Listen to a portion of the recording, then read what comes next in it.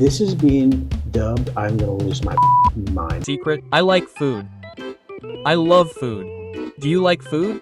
Yes, sometimes. I am Rich. I'm Tiffany. And we are doing something right now. Hold on one second. No. Yeah, there we go. This is probably something that we should have done like at the very beginning, so we could have a better idea of what they're talking about. Yeah.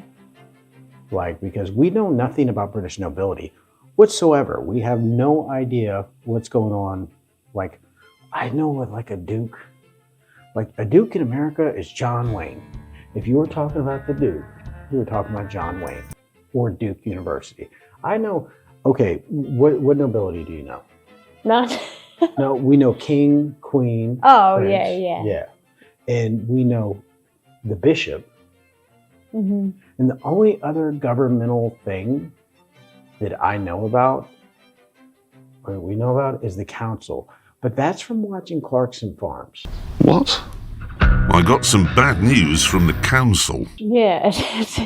And we like Clarkson Farms because It's my fave. yeah, because he gets out there, he has no idea what he's doing, and it's funny to watch him do and kind of make a nut out of himself. Basically, the same reason you guys like to watch this channel is the same reason we like to watch Clarkson Farms. Yeah. It's just stupid people doing stupid things, and it's just so much fun. And it's like they figure out just this much and super proud of Yeah, themselves. it's fun to watch people learn. Yeah, it really is. That's why you should hit like and subscribe. But today we are watching every title in British nobility and royalty explained in 6 minutes. We're going to do it in 6 minutes today. And Tiffany is joining us again, back from her accident. Yes. I had a very nasty fall, for those of you who don't know, and I fell and broke my femur, long story short, and had to have surgery. Now I have a bar in my leg and about 4 screws. And I got her new headphones for it. Yes. And I'm getting a new chair. Yeah, but not today. That's later. And I got some cards and some presents, and I want to thank you guys at the end of the video. All right, guys, let's check it out. We are about to be that much smarter. And like, we're going to know more about what we've been talking about for the past year, 2 years. We should have done this first. Just get on with it. Knight. We start with knights, a title granted by the monarch for military service or contributions to society. Unlike the other ranks, knighthood isn't hereditary. It dies with the person who receives it. In medieval times, knights were heavily armored warriors who swore loyalty to lords and fought in battles. Over time, the title became less about combat and more about recognition. Today, it's an honorary title given for achievements in fields like music, science, or charity work. A knighted man is called Sir, while a woman is called Dame, but they don't hold noble status like the ranks above them. One of my goals would be, like on this channel and how we donate to charity. We do donate to British charities on this. Maybe one day the goal for this channel is to become knighted. That would be cool. Like that whole thing, like we're just doing philanthropy. The channel grows and we switch to British citizenship, and then we get knighted.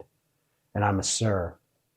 Wouldn't you love the idea that this dumb white trash American came over to your country and you had to call him Sir from now on?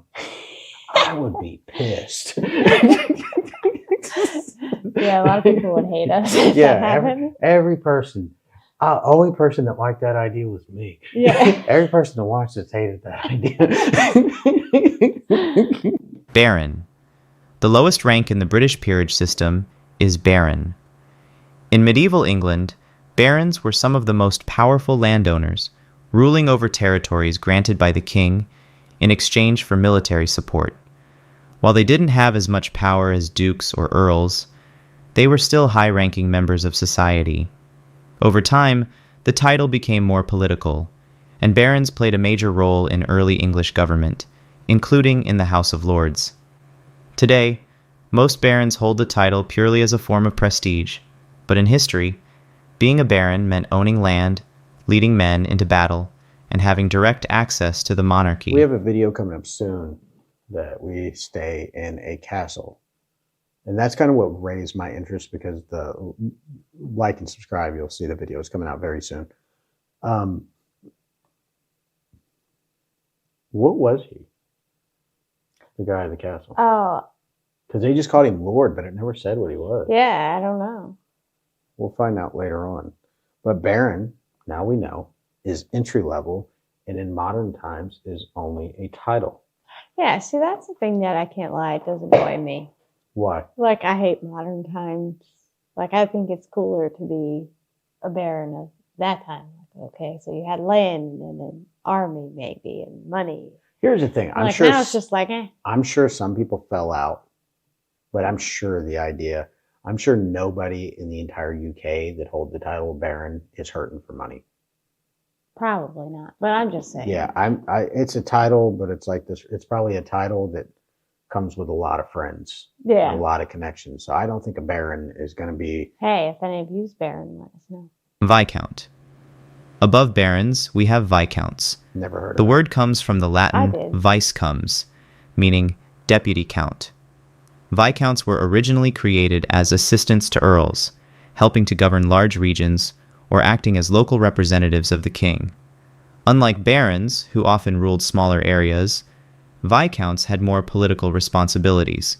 Over time, the role became less about administration and more about status, but the title still holds more prestige than a Are those old men Viscounts? I'm assuming. That's a Viscount. So they probably all go back to these really big castle-looking houses. Probably. No, I just got angry looking at them. Yeah. barony. Today, the rank of Viscount is rare, and there are only a handful of viscountcies left in Britain. Earl. An earl is one of the oldest noble titles in Britain. While most European countries use the title count, the English stuck with the Germanic word earl, Earl. which was used by Anglo-Saxon rulers long before the Norman conquest. Historically, earls governed entire counties, commanded troops, and played a direct role in shaping English politics. Some of the most famous figures in history, like William the Conqueror's allies, were granted earldoms for their loyalty and military service. Today, an earl outranks a viscount, but is below a marquise, and the female equivalent is countess. Okay, so I think now, like with the Earl, Mhm. like you know how we was learning about like King John and all that, and it was talking about like he was getting pressure from the noblemen. King James? Was it James or John? I don't know. I think it was all because it was kind of around that time of the Civil War, Mhm. and I think had to do with, I think before Parliament, but maybe early stages of Parliament was these people, Yeah, maybe. was the noblemen, Mhm. and it's like somebody said that in one of the comments. They said a king technically in England didn't have no power unless he had the support of the noblemen. Mhm. So these would be the people of that. And if we talk about the royals, we'll save it for the end of the video because I got a question for you guys on that. Duke. At the top of the noble hierarchy, just below royalty, is the duke. The title originally comes from the Latin dux, meaning leader, and was first used in Britain by William the Conqueror for his most trusted allies. Unlike other nobles, dukes governed entire regions, sometimes controlling vast amounts of land, wealth, and political influence. The first English duke was created in the 14th century, and for centuries, only a handful of people held this title. Today, dukes are still the highest-ranking nobles outside the royal family, with titles like the Duke of Edinburgh, Duke of Cornwall, and Duke of Cambridge remaining highly prestigious. A duke's wife is called a duchess. Prince. Okay, here's a question. I got a question. Maybe you guys can answer it. Maybe. A duke and the Archbishop of Canterbury walks up to a king. The duke says, go left. The Archbishop of Canterbury says, go right. Which way is the king going to go?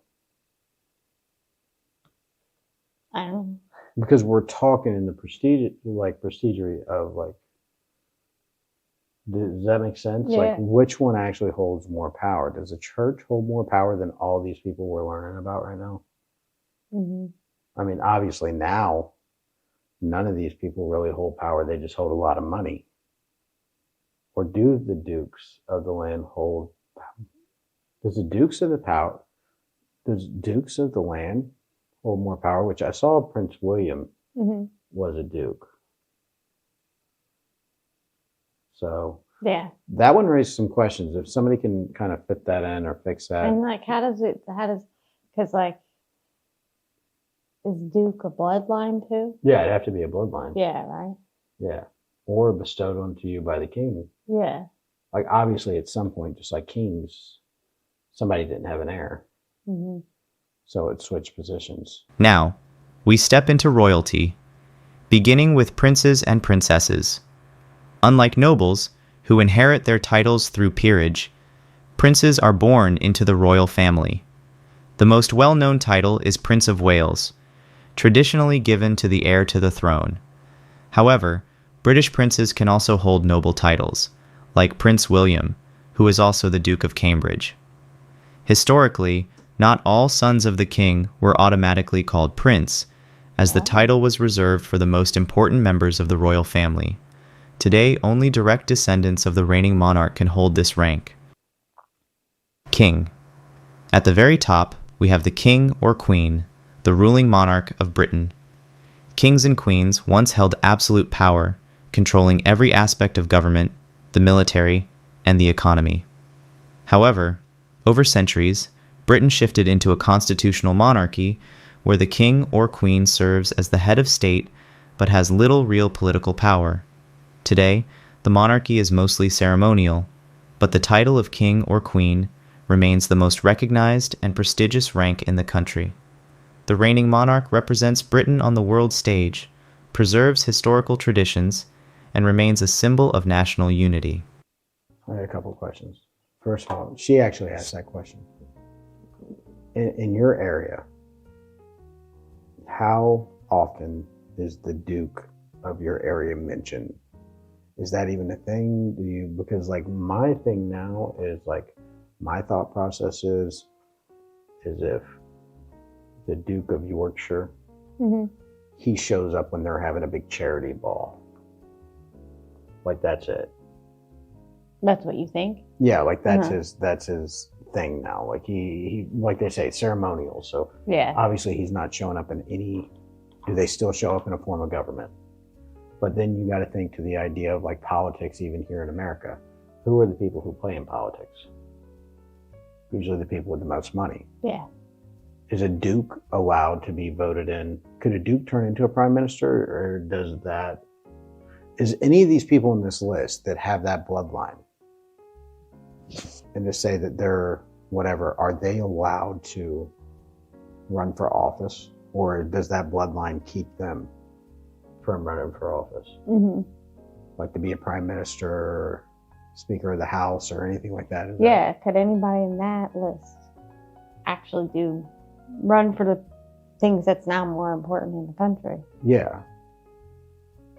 It's an interesting thought process. Yeah, I was unaware of actually how that formulated. I mean, outside of like a chessboard or something like that, which was like bishop, pawn, knight, rook, all that. Yeah.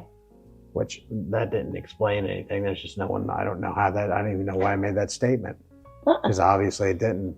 He just wants to tell you he plays chess. I'm not good at chess. I played chess once. That was a really interesting video. I feel like I learned a lot in 6 minutes. Hopefully it all sticks. But now when we watch videos talking about history, maybe it'll make a little bit more sense. Yeah. But what do you got? Oh, so I got a card from Rachel, and I thought it was a really pretty card. And then I got one also from Howard. Howard's our buddy. We love you, Howard. And Howard also sent me some chocolate from Mark and Spencer's. Yes. Which was really good. It's Tiffany's favorite store. But I love both, and I think I'm very thankful for both. So thank you, Rachel and Howard.